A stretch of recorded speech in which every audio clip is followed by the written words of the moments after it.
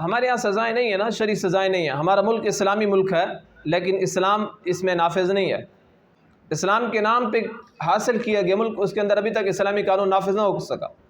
سعودیہ کے اندر 2-3 چیزوں کی سزا ہے. قتل کی سزا ہے، چوری کی سزا ہے. یہ ابن سعود، آل سعود، ان کی حکومت سے پہلے یہ سزائیں نہیں تھیں.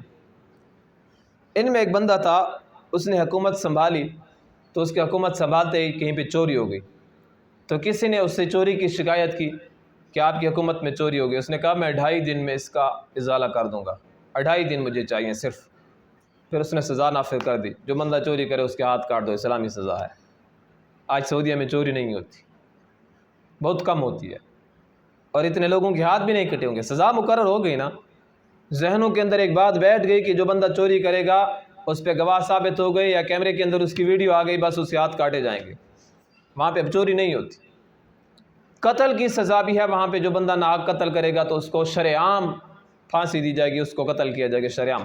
ہاں اگر اس کے ورثاء، اس کا بھائی یا اس کے اولاد معاف کرتے ہیں قاتل کو تو معاف، ورنہ اس کو قتل کیا جائے گا.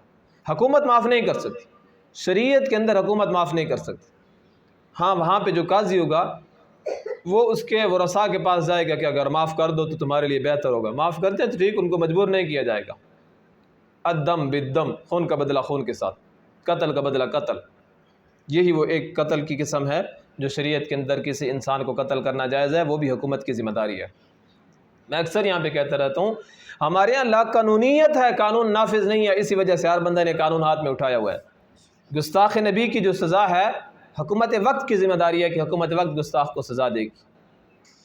اگر حکومت نہیں دیتی سزا تو ہر بندے کے ایمان کے ساتھ کھیلا جا رہا ہوتا ہے.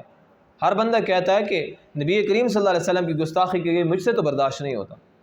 ابھی یہ کل کا واقعہ ہے کوئٹہ کے اندر، وہاں پہ تھانے کے اندر گھس کر لوگ نہیں گھس گئے. اگر حکومت کی طرف سے ایک قانون نافذ ہوتا کہ گستاخ کو سزا دی جاتی تو پھر ہر بندہ تو قانون ہاتھ میں نہیں اٹھاتا نا.